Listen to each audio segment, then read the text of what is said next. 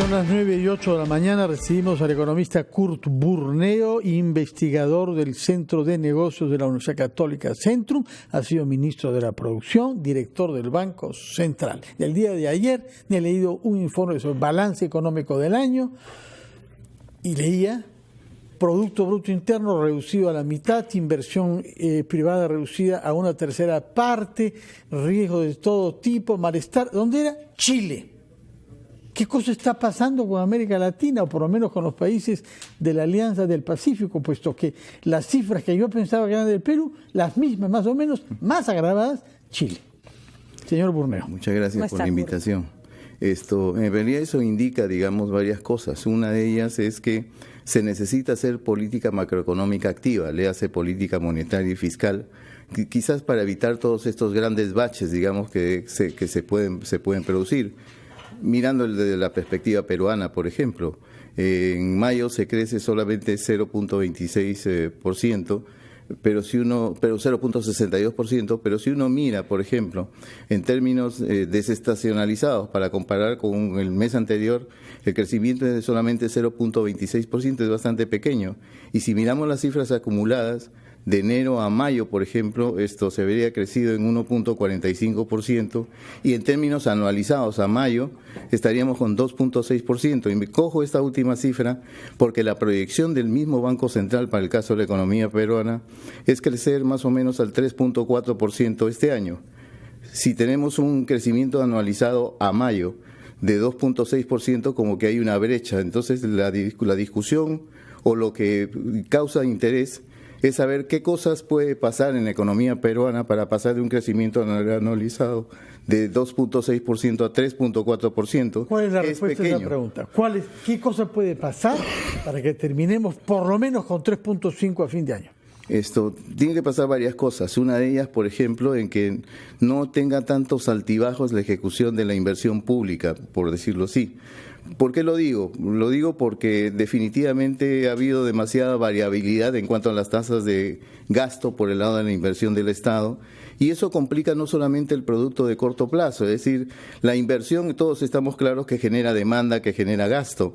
Sin embargo, si lo vemos en perspectiva, ¿no es cierto?, también tiene que ver la inversión con el producto de largo plazo, es decir, el producto potencial.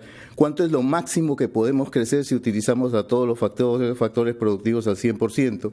Y ese máximo hoy llega al 3.8%. Entonces, si nosotros tuviéramos aspiraciones de crecer por encima del 4%, digamos, este año y en los años que vienen, algo hay que hacer por el lado de incrementar la inversión porque aumenta el capital, tanto en términos físicos como humanos. Algo hay que hacer. ¿Qué es ese algo? Ese algo tiene que ver primero por dar señales claras desde el gobierno respecto al tema de la inversión pública. Disminuir la variabilidad que hay. Hay momentos o meses en los cuales la inversión, por ejemplo, para junio, se ha estimado un crecimiento en la inversión pública de más o menos 20%, pero luego de varios altibajos, y esos altibajos tienen que ver ya no tanto con la plata, sino con un tema de gestión, porque quien ejecuta la inversión pública es el gobierno nacional, el gobierno regional y el gobierno local.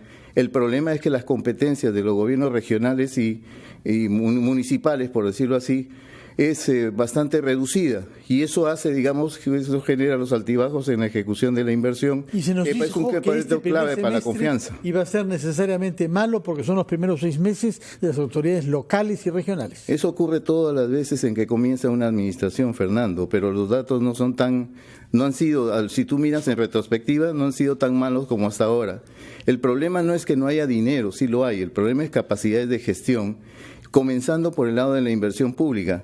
¿Cómo puedes tú pretender, por ejemplo, que la inversión privada tenga confianza, arriesgue, mete plata, cuando definitivamente hay estos altibajos por el lado de la inversión del Estado? Y no te olvides. Se traduce en malas cifras para el empleo.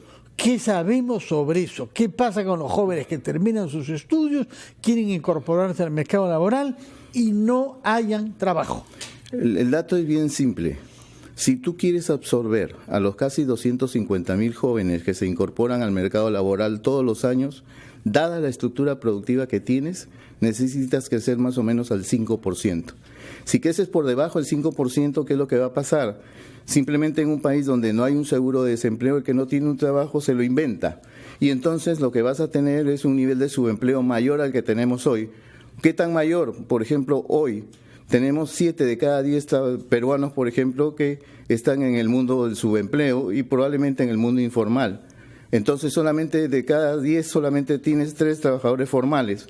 Por eso que cuando discutimos sobre CTS, previsión social, estamos discutiendo respecto a una minoría, 3 de cada 10, y es muy probable que si nosotros no crecemos al 5%, entonces el quantum, la cantidad, digamos, de trabajadores de mala calidad que están subempleados se va a incrementar sin lugar a dudas. No digo que sea imposible, pero 5% es mantenerlo sostenidamente es bien difícil, ¿no? Claro. En las actuales circunstancias, desde hace bastante tiempo ya. El sector externo no ayuda mucho y sobre eso no podemos hacer gran cosa, Patricia, pero sí se puede hacer política macroeconómica más activa.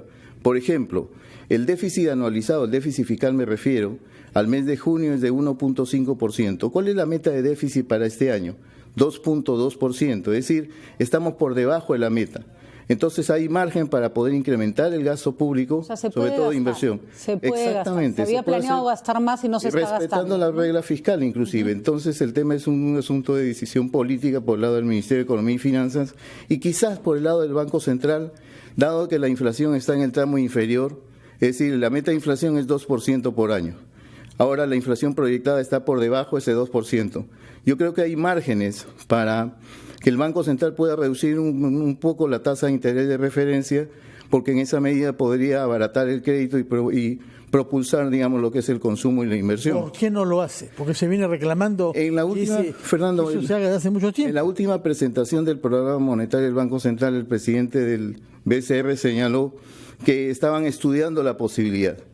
Yo creo que la circunstancia, digamos, se cae de madura para poder pensar en que es necesario, digamos, reducir en unos 25 puntos básicos la tasa de interés de referencia del Banco Central con la finalidad de abaratar el crédito en los meses que vienen.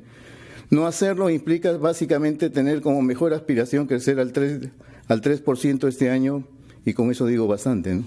De acuerdo. Nos habla mucho sobre la inversión pública, pero ¿qué está pasando con la inversión privada, que es el 80% de la inversión total, ¿no? Bueno, evidentemente las tasas de crecimiento de la inversión privada para este año son bastante menores que la del año anterior y el tema es de expectativas. Es decir, ¿tú cómo haces para que haya expectativas optimistas o positivas por el lado de los inversores?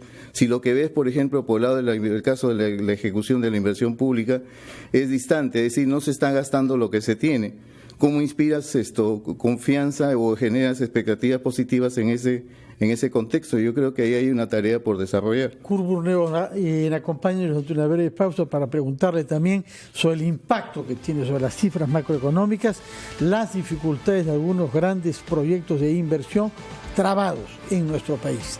9:16, hacemos una pausa, retomamos el diálogo con Kurt Burneo, economista de Centrum.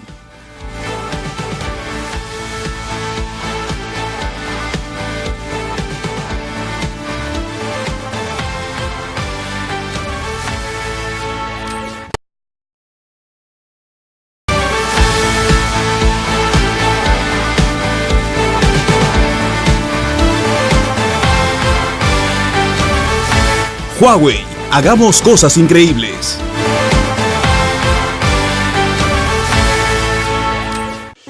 El 31% de peruanas en edad de trabajar no cuenta con ningún ingreso propio. Solo existe 21% de representación femenina en cargos públicos. Y en lo que va del año se han registrado 75 feminicidios. Es por ello que el grupo RPP se compromete con la mujer peruana y presenta el segundo foro Mujeres de Cambio. Un espacio para visibilizar y destacar el trabajo de las mujeres en nuestra sociedad. Mujeres de Cambio es organizado por RPP con el apoyo de Coca-Cola y Arca Continental Linley. Jessie Joy regresa a Perú junto al gran Noel Shahriz para 2 grandes conciertos. Este 25 de septiembre en Arequipa, en el Jardín de la Cerveza, y el 26 de septiembre en Lima, en el Plaza Arena Jockey. Aprovecha el 25% de descuento con tarjetas en COSUD. Y no te pierdas al dúo mexicano Jessie Joy junto a Noel Shahriz. Radio oficial Corazón, única como tú.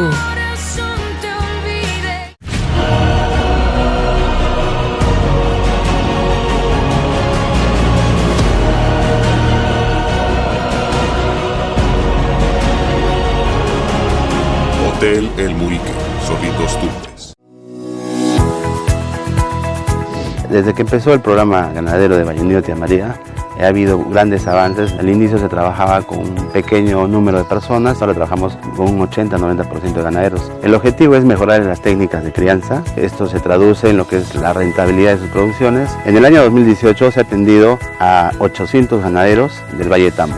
En este año 2019 se ha empezado a trabajar en el tema de fortalecimiento de capacidades en todas las áreas pecuarias, como lo que es ganadería en vacunos, porcicultura y también lo que es ovinos. El trabajo de Valle Unido Tía María está abocado a su bienestar económico y social. Tres sujetos armados nos están asaltando.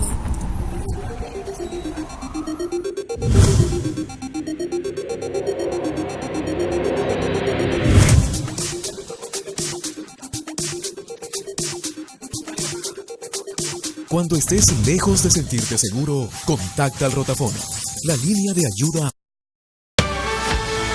Son las 9:19, estamos entrevistando al economista Kurt Burneo de Centrum, que nos ha dado cuenta sobre todo de la falta de gestión en las entidades públicas para gastar el dinero que hay. Pero queremos saber también, después de habernos explicado el impacto que esto tiene sobre la no generación de empleo suficiente para absorber a los 250.000 jóvenes que cada año buscan trabajos nuevos, queremos comprender cuál es el impacto de los proyectos trabados que abundan en nuestro país, a comenzar por el gasoducto del sur, por la carretera central y por lo que vemos en cada una de las provincias y regiones de nuestro país. Fernando, estamos hablando de algunos proyectos grandes y emblemáticos, pero en realidad en el Ministerio de Economía y Finanzas hay una cartera de por lo menos, digamos, casi 2.000 proyectos que ya están snipeados, o sea que ya han pasado el control de calidad del antiguo SNIP. Y perfectamente podríamos incorporarlo, vamos a decirlo así, para fines de la ejecución. El problema con los grandes proyectos, sobre todo en el caso de minería, es que tienes una dificultad que no manejamos. Y es que el precio de los metales han sido muy volátiles como consecuencia de la guerra comercial entre China y Estados Unidos, en el entendido de que China explica casi el 50% de la demanda de metales. Lo que ha pasado al revisarse a la baja las proyecciones de crecimiento de la manufactura china, eso ha originado que el precio de los metales tenga una tendencia a la baja y obviamente nos pega a nosotros, digamos, no solamente por actividad económica minera, sino también por el tema de la recaudación fiscal y del canon, dicho sea de paso. Entonces hay un efecto de cascada como consecuencia, digamos, de esa afectación externa que viene sobre los proyectos de inversión en minería, por el lado de la volatilidad de la cotización. Tú no te enfrentas a desarrollar un proyecto, por ejemplo, de varios años de duración, cuando ves que la tendencia a la baja de los metales ahora, digamos, es una realidad como consecuencia de factores que no se manejan, o sea, que son exógenos a los gestores económicos de nuestro país.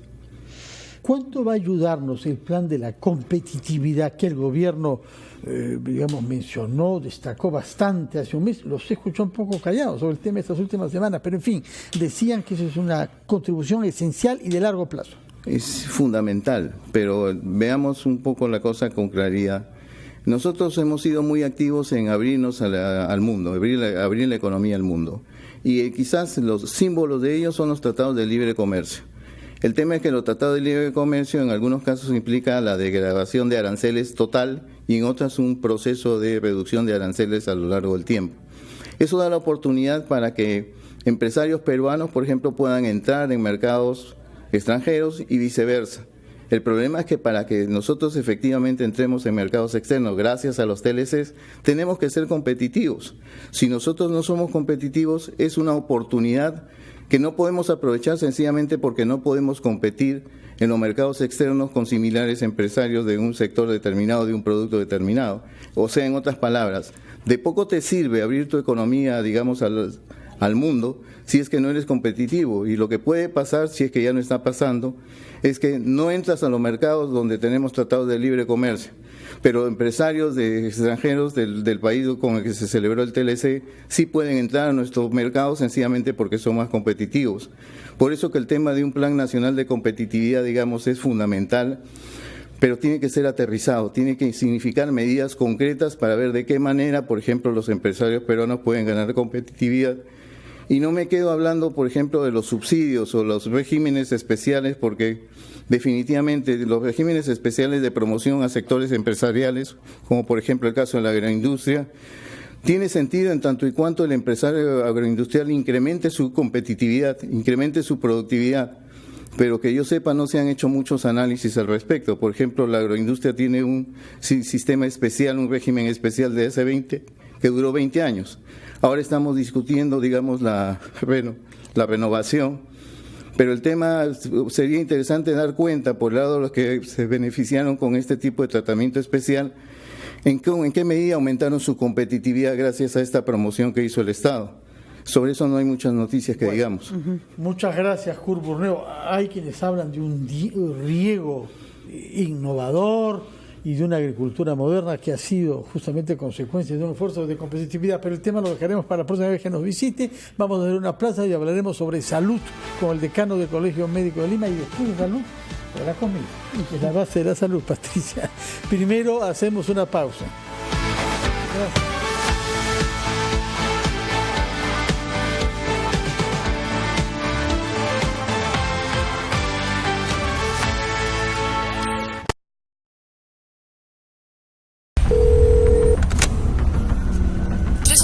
Nos están asaltando.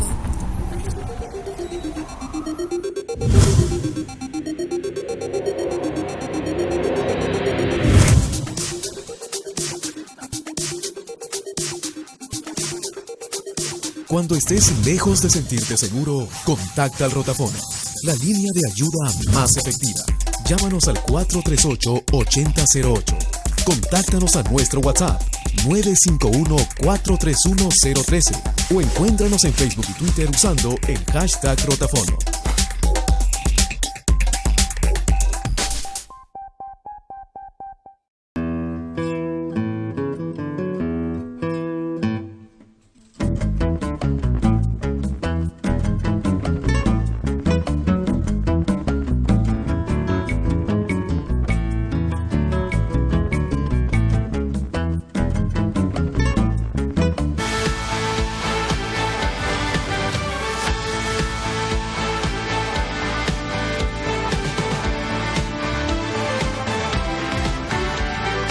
A las 9:25 minutos de la mañana nos comunicamos con Joana Castro, que se encuentra en estos momentos en las calles de Lima. Joana, te escuchamos.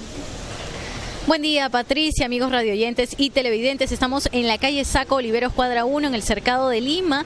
En el Congreso de la República, en realidad, ya se debate proyectos sobre el financiamiento de partidos políticos. Vamos a preguntarle a las personas qué opinan de que la Comisión de Constitución plantea hasta 12 años de cárcel para el candidato que reciba aportes ilícitos. ¿De acuerdo o en desacuerdo? Caballero, buenos días, bienvenido a RPP. Buenos días, deberían ser más, pero creo que está bien, es una buena medida en cuanto a que dineros ilícitos sean considerados pues como delito. Son delitos, debería ser delito. De acuerdo. Bueno, es en realidad un debate, hay que aclarárselos. Nos acercamos a otra persona, otro caballero. ¿Qué tal? Muy buenos días, bienvenido a RPP. La Comisión de Constitución plantea hasta 12 años de cárcel para el candidato que reciba aportes ilícitos. ¿De acuerdo? ¿En desacuerdo? ¿Qué le parece? De acuerdo. De acuerdo. De acuerdo, señorita, porque también tantos abusivos que van al Congreso solamente recibe coima, no hacen nada, progreso para el Perú. Perfecto. Y yo quisiera también que me comprendan, como un señor ciudadano hablo, reclamo para los jubilados, aumento, que sea como debe ser. No 80 soles en una miseria para eso que se gasta. Perfecto. Una persona más, caballero, ¿usted qué opina? Ya escuchó la pregunta, ¿de acuerdo o en desacuerdo? Perdón, no le entendí bien la pregunta. ¿Qué opina de que la Comisión de Constitución plantea hasta 12 años de cárcel para el candidato que reciba aportes ilícitos? Claro, está bien, de acuerdo que vaya preso, ¿no? Por cometer tantos actos ilícitos y que de por vida ya no participe en ningún partido o que no tenga algún acceso a algo público, ¿no? Porque ya sería el colmo, pues. Todavía está en debate, ¿ah? Recién ha comenzado. Sería una sinvergüencería de esa persona, pues. Perfecto, muchas gracias. Mencionar finalmente, compañeros, que el grupo que recibe Rosa Bartra, la congresista, recomienda que el predictamen debe fijar un tope, en realidad, para los aportes anónimos. Adelante.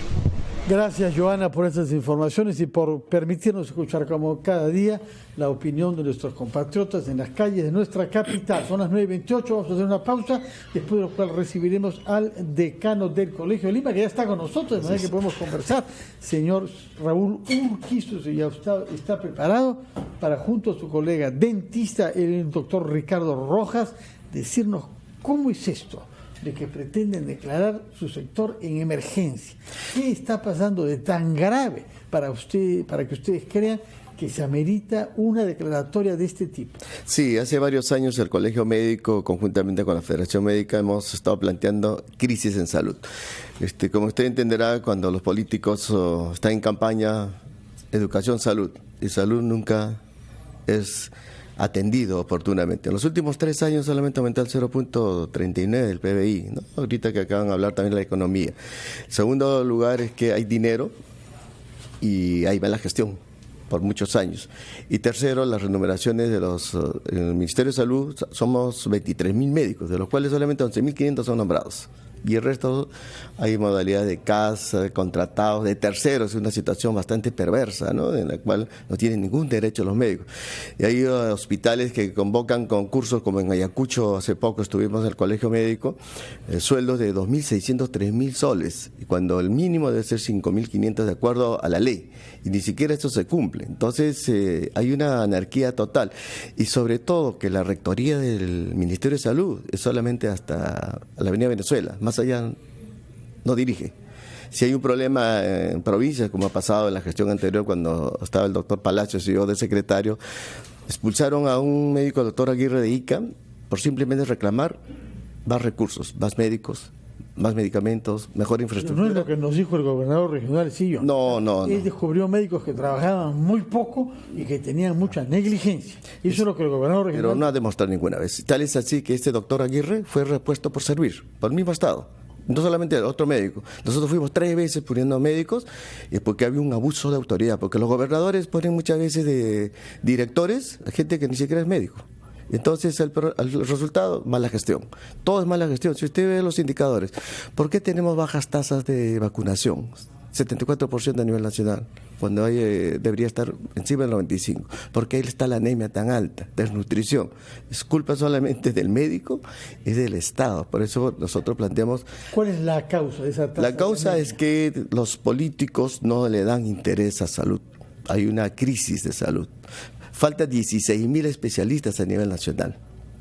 ¿Cómo es posible de que tengamos lugares que vayan serumistas, médicos jóvenes que acaban de terminar, en sitios donde no hay luz, no hay nada, y son expuestos a la mala atención porque no tienen los recursos? Muchas veces han muerto transportando pacientes, ustedes saben, hasta en autos, micros, en fin, porque no hay las condiciones, ambulancias que no funcionan, no hay recursos y encima están solos, cuando ellos deberían estar acompañados por un profesional, porque al siguiente año de repente ni van ningún otro médico.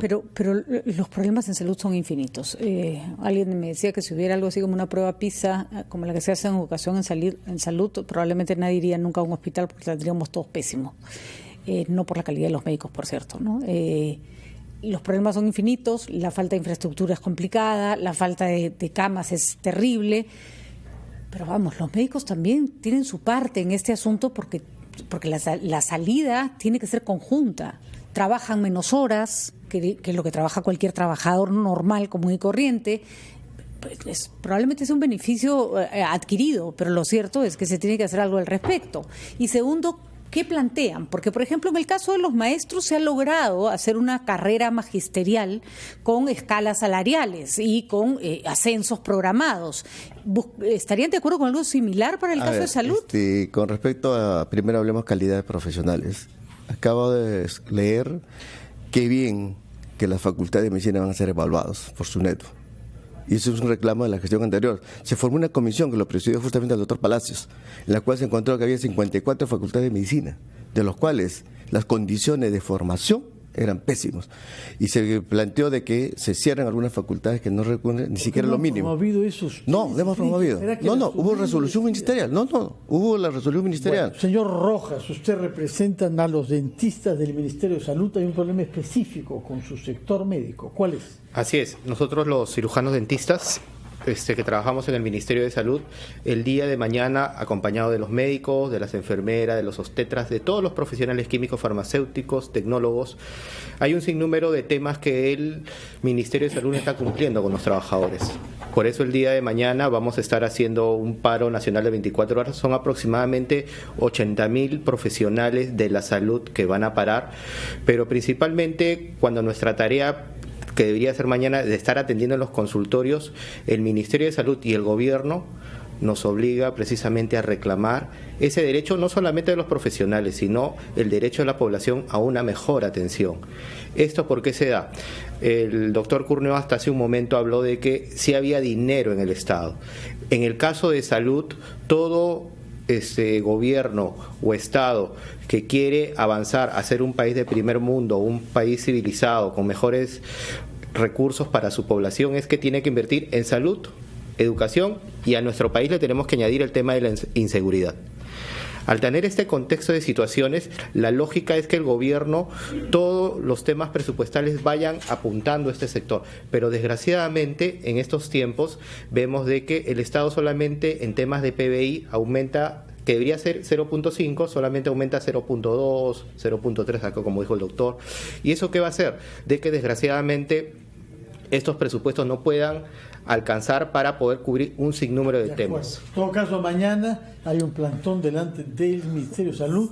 Es un mal día para tener dolor de muelas o caries, porque habrá una huelga de los dentistas. Así es, por eso el día de mañana estamos convocando todos los gremios profesionales, y no solamente los gremios profesionales, sino también los técnicos administrativos, los técnicos asistenciales y todos los personal hospitalario. Muchísimas gracias, doctor Rojas. Escucharemos qué nos contesta la ministra Zulema Thomas sobre todas estas denuncias presentadas acá. Son las 9:34, vamos a hacer una pausa y recibimos al chef Gastón Acurio para que nos hable cómo la salud comienza gestándose con comer bien.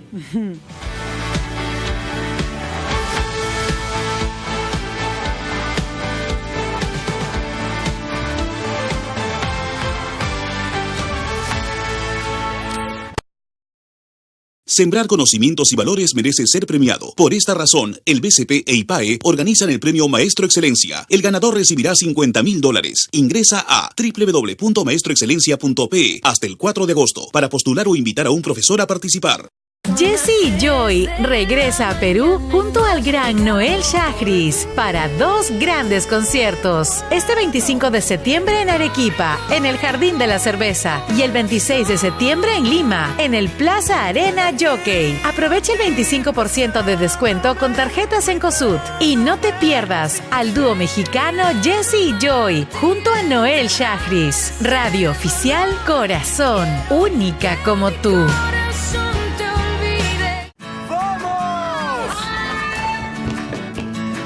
Vamos. Vamos.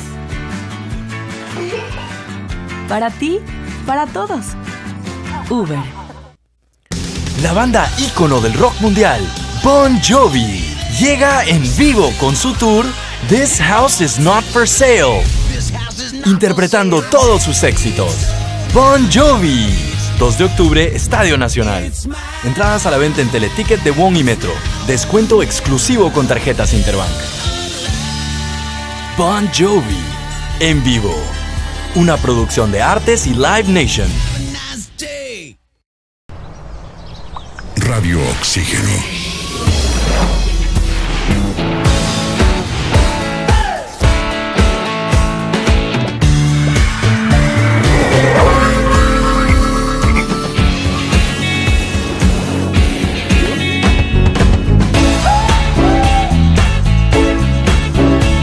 Vemos el mundo diferente porque respiramos música. Radio Oxígeno, clásicos del rock and pop.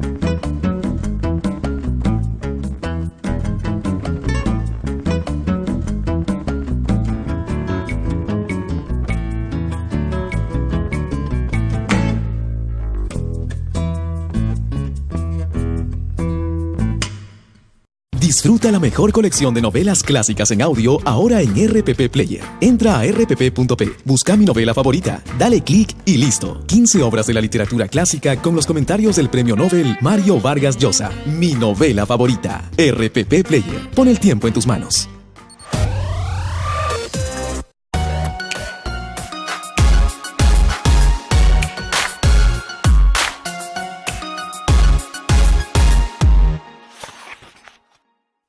Mi libro favorito es Bioy, de Diego Treyes Paz.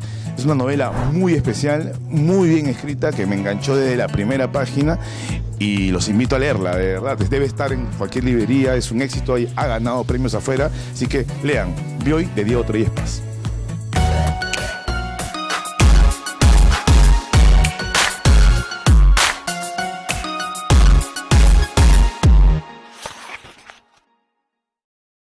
Disfruta la mejor colección de novelas clásicas en audio ahora en RPP Player. Entra a rpp.p, busca mi novela favorita, dale clic y listo. 15 obras de la literatura clásica con los comentarios del premio Nobel Mario Vargas Llosa. Mi novela favorita. RPP Player. Pon el tiempo en tus manos.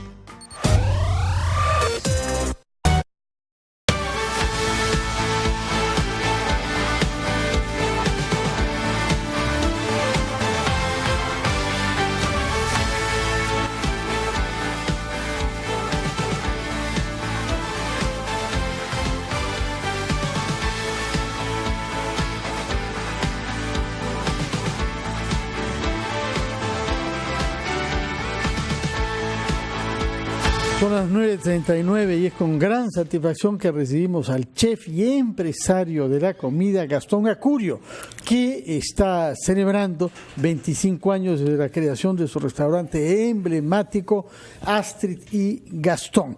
No viene con las manos vacías porque nos ha traído una versión de su nuevo libro, recontra bravazo, que debe ser presentado en la Feria del Libro y que, aunque parezca sorprendente, aporta 300 nuevas recetas. Ya no se trata de bravazo como su libro anterior, sino recontra bravazo. Hay una columna escrita por Mirko Lauer en La República de Hoy que hace en el elogio de Gastón Acurio, diciendo que ha sido el descubridor de un nuevo sector de la economía peruana.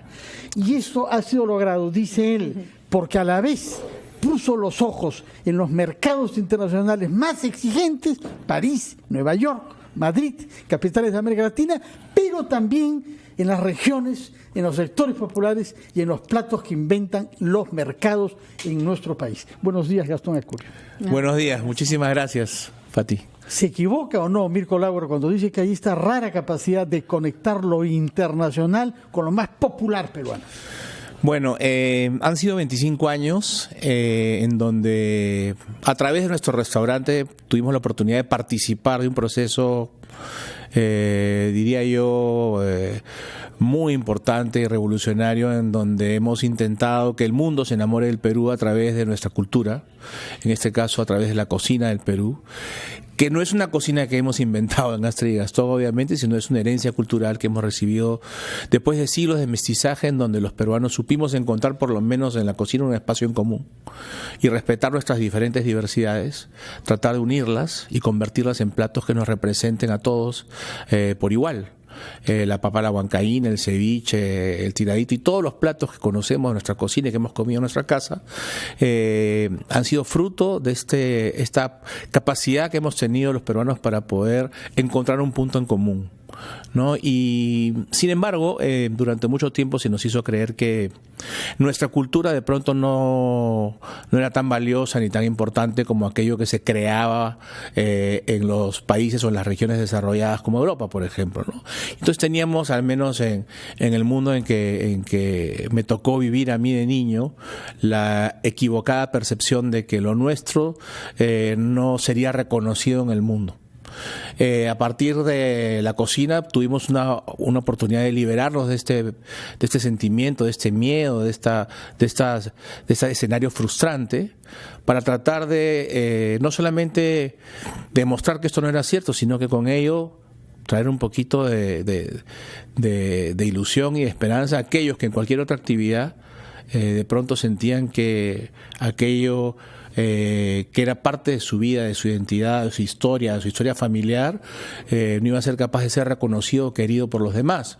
Entonces, el poder tener la oportunidad de haber propiciado, abierto puertas, caminos, fronteras a nuestros productos, a nuestros platos, a nuestras tradiciones, el poder visibilizar a pequeños agricultores, a pescadores, a cocineros de la calle para que sean reconocidos como auténtico patrimonio de nuestra biodiversidad, de nuestra diversidad cultural, creo que ha sido el aporte que mi generación, el aporte más importante que hemos podido entregarle a las generaciones futuras, que hoy día encuentran un escenario diferente, porque hoy día claramente la cocina peruana es una actividad global. Hoy día encuentras un ceviche no solamente en un restaurante peruano, sino en un restaurante francés, algo que era impensable hasta hace poco tiempo. Y esto es muy importante porque les deja un camino mucho más sencillo que el que nosotros pudimos encontrar en su momento, en donde todo parecía utópico, imposible, y contra viento y marea intentamos romper esta falsa idea que se nos había inculcado de que el Perú era un país predestinado para ser un exportador de materias primas, sino un protagonista en actividades que estaban reservadas hasta hace muy poco a Europa, a Estados Unidos o a Japón, ¿no? Es curioso, Gastón, yo me acuerdo cuando regresaste a Europa, recién casado, y efectivamente no llegaste a un Perú fácil. Era un Perú que salía de una crisis bastante compleja y al que, por supuesto, a ustedes les costó adaptar también la visión que tenían de cómo se hacía la cocina que les habían enseñado en Europa y cómo trabajarla acá.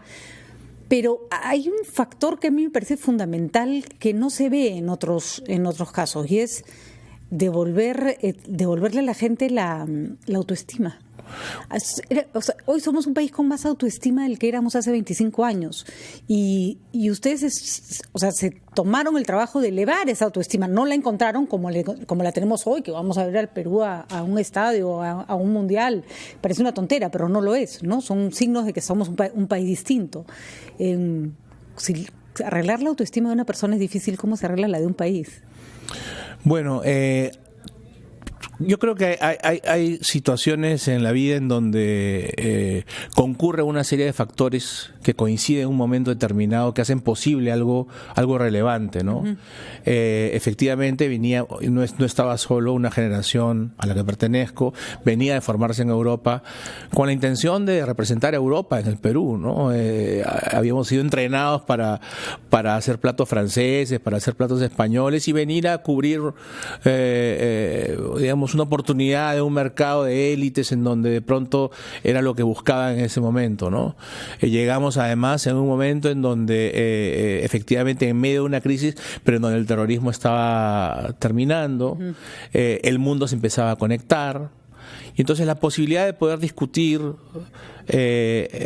dentro de nuestra generación qué hacíamos aquí, para qué estábamos aquí, qué sentido tenía representar una cultura que no era la tuya en tu propio país, la posibilidad de poder viajar alrededor del Perú y poder redescubrir tu cultura, tu memoria, recuperarla, etcétera, la oportunidad que el mundo te ofrecía de que empezaba a conectarse, a descubrir otras culturas y valorarlas y demás. Entonces considero una serie de factores como para que podamos sentarnos a tratar de imaginar un mundo diferente, un futuro distinto, en donde la cocina podía convertirse en representante del Perú en el mundo, ¿no? Y que si lográbamos este objetivo, iba a poder abrirle fronteras a nuestros productos agrícolas, iba a poder ayudar a renovar la imagen del Perú en el mundo, iba a convertir, por ejemplo, a Lima en un destino turístico, que no era un destino turístico Lima, la gente venía al Perú por Machu Picchu solamente. Hoy día Lima se llena, la Semana Santa se llena, las vacaciones, las fiestas patrias, porque mucha gente viene a comer. Pero además de poder crear oportunidades para miles de compatriotas que hoy día forman parte de esta actividad, en donde hemos pasado de tener 400 restaurantes peruanos hace 10 años a más de 4.500 hoy día en todo el mundo, y están desde Dubái hasta Singapur, hasta Helsinki y por supuesto la cantidad de restaurantes peruanos que hay en Chile, en Argentina, en los países vecinos.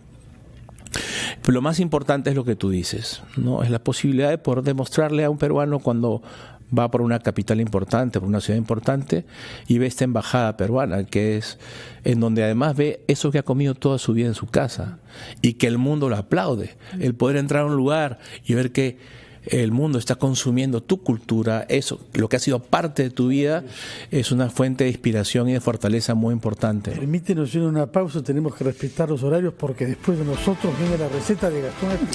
Bueno, vamos a hacer una pausa y retomamos nuestra entrevista con el chef que celebra 25 años de su restaurante, Astrid y Gastón.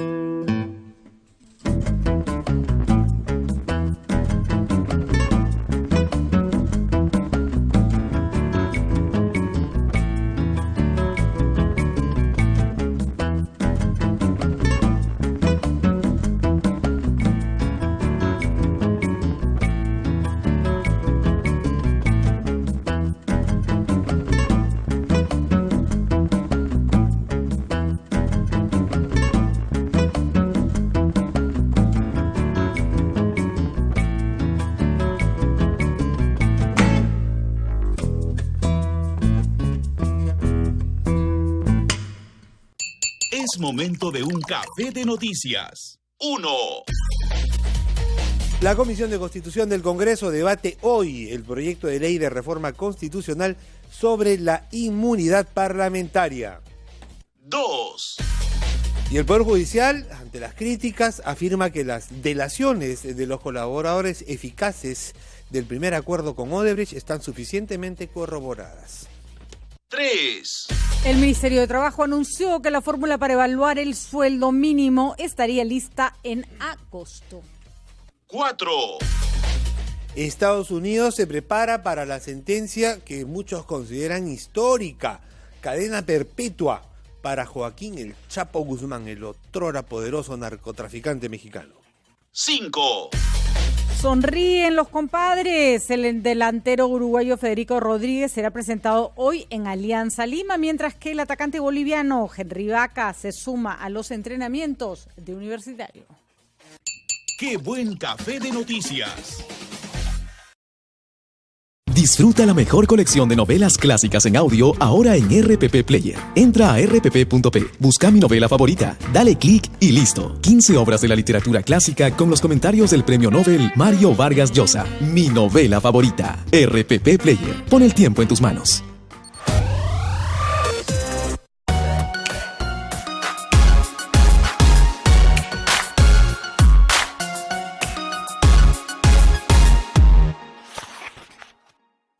Mi libro favorito es Bioy, de Diego Treyes Paz. Es una novela muy especial, muy bien escrita, que me enganchó desde la primera página y los invito a leerla, de verdad. Debe estar en cualquier librería, es un éxito, ha ganado premios afuera, así que lean Bioy, de Diego Treyes Paz.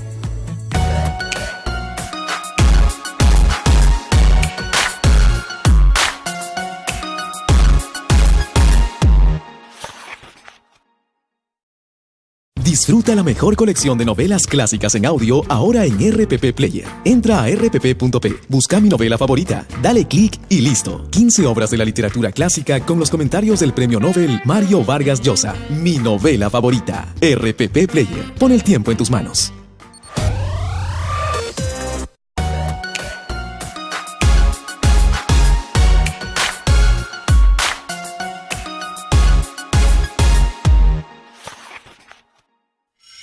Hola a todos, yo soy Franco Granton. Mi libro favorito ha sido escrito por Mario Vargas Llosa y es La fiesta del chivo.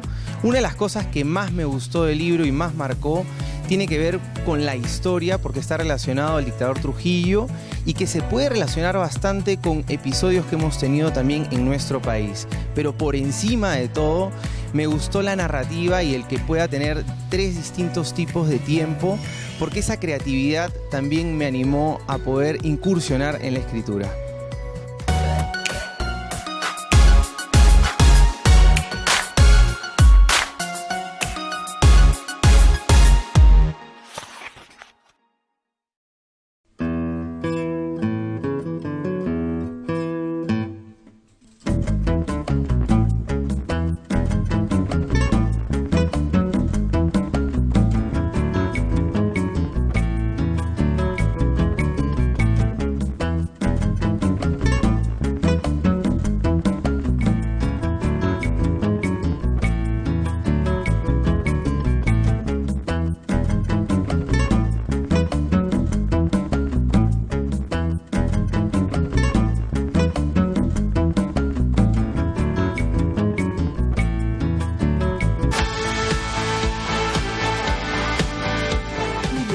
restaurante emblemático Astrid y Gastón celebran estos días 25 años. Usted nos ha hablado sobre un punto de unidad, sobre coexistencia de sensibilidades diferentes, sobre autoestima.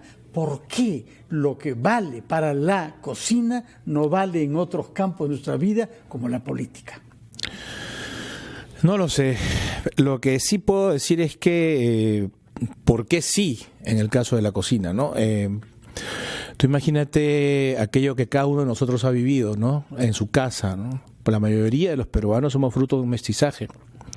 Un mestizaje que el entorno nos enseña muchas veces a negar, a intentar ocultarlo cuando salimos a la calle, porque pensamos que nos va a quitar oportunidades, que se van a burlar de nosotros, que en realidad se van a burlar de nuestros padres, que con tanto amor nos reciben en su casa y han logrado unir, por ejemplo, las costumbres de una chica italiana con un chico japonés que se conocen en el Callao, se casan y en vez de uno hacer el sashimi y el otro el carpaccio terminan haciendo el tiradito, donde mezclan ambas cosas, y que eso tan bonito, de pronto sales a la calle y tienes miedo que se vayan a burlar de esa historia de amor tan hermosa que representa a cada familia del Perú, pero que en el momento que das una señal de que no va a ocurrir eso, de que en verdad nos van a respetar, nos van a querer, nos van a valorar por lo que somos, por nuestro origen, por de donde venimos, entonces solamente buenos sentimientos afloran y somos capaces de unirnos y trabajar en equipo y buscar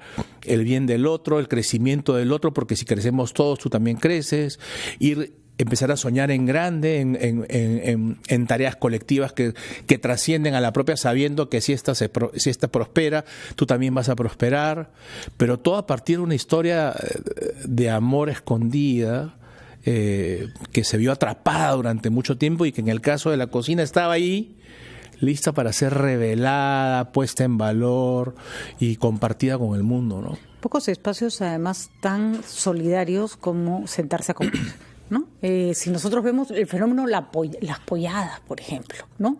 ¿Cómo hacían en épocas de crisis? Ahora existen, pero en época de crisis la pollada se volvió como la manera para resolverse problemas al vecino y a través de la comida, ¿no? Así es, la ritualidad, ¿no? La ritualidad popular, la ritualidad ancestral como la pachamanca, por ejemplo, que nos une, ¿no? Y la mesa en la casa, ¿no? Eso. La mesa en la casa, y de ahí viene Bravazo, el libro que hice, y hoy este libro que hacemos ahora es la tarea de que el mundo se enamore del Perú a través de su cocina. Es una tarea cumplida, que no tiene vuelta atrás. Entonces el gran desafío está ahora en propiciar una mesa permanente que une a la familia, que une a los amigos, que une a las personas en el hogar, para que usen esta cocina que tanto celebramos con orgullo y que nos genera confianza y satisfacción emocional en nuestra casa, que nos demos un tiempo para cocinar, porque solamente nos va a dar la posibilidad de conversar, de dialogar, de compartir y de acumular recuerdos bonitos para el futuro de nuestra vida, ¿no? Ya para ir terminando, entiendo, Gastón, que no se te puede pedir, ya bastante hiciste con la gastronomía, pero así observando, ¿ves alguna otra beta que pueda tener el Perú en el que el trabajo que se ha hecho en gastronomía se pueda replicar o pueda ser parecido? Bueno, yo noto que hay para empezar, las nuevas generaciones de peruanos aman su cultura, aman su identidad, celebran su mestizaje y se inspiran en el cine, en el arte, en la música, en la literatura, se sienten identificados y apoyan y valoran aquello que es fruto de nuestra identidad. Ese es el primer paso, ¿no? Y luego toca lo que las comunidades que participan de esas actividades estén a la altura para unirse, para dejar atrás egos, desconfianzas, vanidades, miedos, que les permita trabajar colectivamente en pro de un objetivo colectivo que terminará haciendo realidad sus objetivos personales. Ojalá que así sea. Patricia, tenemos cita contigo a las 7 de la noche para saber quién tiene la razón. Y ahora mismo, ¿qué cita tenemos, Gastón? Hoy día la receta de Gastón es asado a la olla musical. Bueno, si él lo dice, así será. Muy buenos días, Gastón Acurio. Felicitaciones por los 25 años. Quédese en la sintonía de RPP, que sigue Gastón con nosotros.